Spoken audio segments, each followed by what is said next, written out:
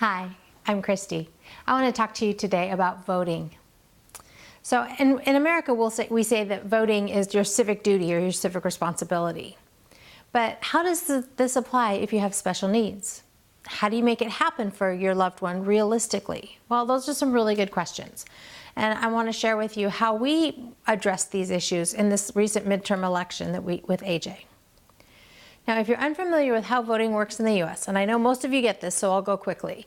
But basically, you register to vote based on your home address. This assigns you to a precinct. That precinct determines which local, state, and federal representatives you can vote for in the various elections. Now, when you go to vote based on this precinct, your voting options will be based off the precinct number, and it'll list all of the candidates and offices that you are eligible to vote for. So when you get to the actual polling or voting place, and you cast your vote there, again, based on the precinct. Then you submit it, and you've successfully voted. Civic duty is complete. Now, it is really a fairly simple process. The lines can be long depending on the type of election, the popularity of the voting location, time of day, those kinds of things. But the process itself is not complicated or difficult. Now, the first time I had the opportunity to apply for AJ to register him to vote was when we applied for his state ID. And so this was just a few weeks after he had turned 18. And so when I was completing his form for the state ID, I just filled out the form then. As I was filling it out, I discovered that there was also a place I could check saying that he would need assistance in voting. And there's a place you could put a person's name down. So I put my name down as somebody who is acceptable to help him. We turned the voter registration card in with his state ID, and our part was done. A few weeks later, we received his voter registration card in the mail, and that confirmed that he was indeed registered to vote. Now, again, in the US, if you move, you have to let them know of your change of address, but that's really not that big of a deal or hard to do. So a few weeks before early voting started in our area, we received a sample ballot in the mail. Inside, it had a 4-page spread of all the offices and candidates that AJ could vote for in one place. And it also included all of the proposed laws that he could vote for that required voter approval. It was really well laid out and easy to follow. Now, the rest of the booklet included things like explanation for each of those laws and how they were worded and those kinds of things. It had the dates and locations of early voting. It had the polling locations for the actual election day, those kinds of things. The pamphlet itself is pretty thick. I'm always surprised when I see these. But like I said, it's really well laid out, and it was easy to find the things that we needed as we needed them. On the back, it included our address and our precinct information that we used to confirm when we went in to actually vote. So we elected to vote on election day, and AJ was super excited to participate.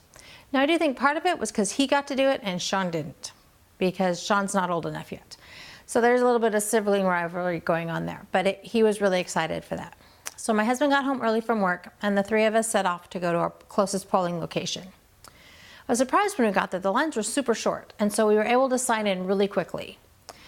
When AJ and I got to the front, we went to sign in places that were right next to each other.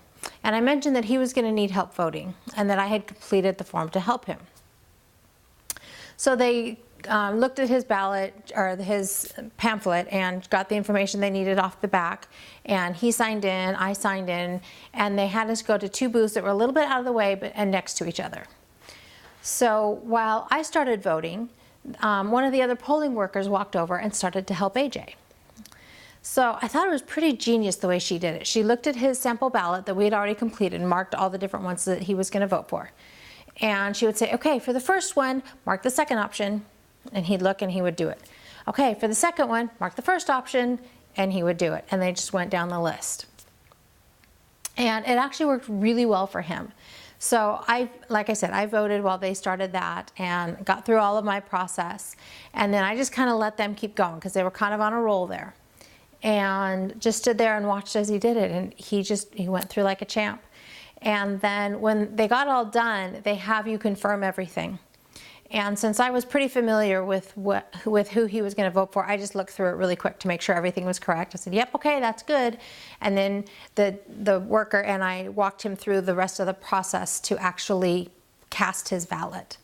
And so when we got him all through that, told him what to do, he did it. And as he would say, well, that was simple.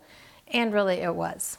So then ours have a little like credit card type card that you stick into the machine that pulls up the ballot for you. So once you've submitted your ballot and it's all registered as a completed vote, then you pull the card out, you take it over to another spot where they have a lock box and you drop it in the top of there and they give you your I voted sticker. So AJ and I walked over and we did that and we walked out. Again, because the line was short, it only took us a couple minutes. And we walked out of there and AJ was super excited to take that I voted sticker to school the next day and show everybody. So I made a few observations and thoughts for you guys. First of all, pretty much every application that I've completed for this whole transition process has included an application to register to vote. Like I mentioned, I just completed the first one, and then on the others, I just noted that he had already completed that part. Now, some of these, especially for some of the laws that are proposed, you know, AJ didn't have a full understanding of what all the implications were and what they meant and, you know, how they work and all the ins and outs. And so, you know, you can argue both ways. Should they vote then if they don't fully understand? Should they not? What should they do? And I see both sides of that. But the way I look at it is I don't always fully understand all of the implications or what it means. And so sometimes I will choose not to vote for something because I really don't understand it and it's just like totally going over my head. Other times I'll make my best educated guess and I'll vote that way. And so that's what we decided to do for AJ. And we just had him vote to the best of his ability, and we'll decide these things as they come up. But I do intend to have him vote in pretty much all of the elections that he can. Now, if your loved one does need assistance, I would mention it at the polling place. I didn't get the impression at ours that it really mattered to them if we had filled out the form saying yes, he needs help or no, he doesn't. They were happy to provide someone to help him. So my question to you this week is this: has your loved one voted? Was it a positive experience? I'd love to hear what your experiences were. You can leave me a comment below, or you can leave me a comment over on my blog at www.havenofhopeforme.com. This originally posted in December of 2018. I'd appreciate it if you would share this with anybody that you think would find it helpful. I'd love to help as many families as I can.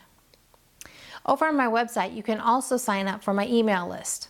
This will make sure that you find out about all the pieces to this transition process, as well as new content as it's released.